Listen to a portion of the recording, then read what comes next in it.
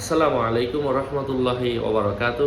প্রশ্ন করেছিলেন ওসমান হাদির মৃত্যুবরণ করেছেন, তো ওনার নামের শুরুতে শহীদ লেখা যাবে কিনা, এ বিষয়ে ইসলাম কি বলে। ওসমান হাদি মৃত্যুবরণ করেছেন, এটা শুধু তার ক্ষেত্রেই না, হ্যাঁ, জুলাই যোদ্ধা যারা আছেন, আমি সকল বিষয়কে সামনে রেখেই বলছি, যদি কোনো ব্যক্তিকে ধারালো কোনো কিছুর মাধ্যমে আঘাত করা হয়, হ্যাঁ, অথবা কেউ পানিতে ডুবে মারা যায়, আগুনে পুড়ে মারা যায়, অথবা যুদ্ধের ময়দানে কোনো কিছুর মাধ্যমে আঘাত করা হয় তখন মারা যায়, তো এই সমস্ত মানে এই কথাগুলো সামনে দেখলে হাদিসের এই মূল অর্থটা পড়লে আমাদের কাছে স্পষ্ট হয়।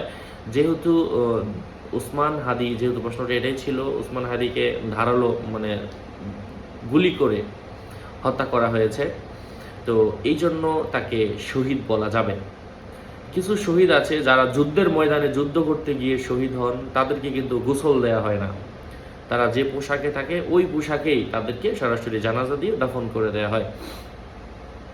আর যারা মানে এই যে এই অন্য মানে যুদ্ধের ময়দান ছাড়া অন্য উপায়ে শহীদ হয়, যেমন আগুনে পুড়ে মারা গেল, এই যে ধারালো কোনো কিছুর মাধ্যমে অথবা কোনো কিছু দিয়ে জখম করে মারা হলো, হ্যাঁ, অথবা অন্যায়ভাবে কারো উপর জুলুম করে মারা হলো, তো তাদের ক্ষেত্রে হচ্ছে তাদেরকে গোসল দেওয়া হবে, তাদেরকে কবর দেওয়া হবে, তাদের জানাজা হবে।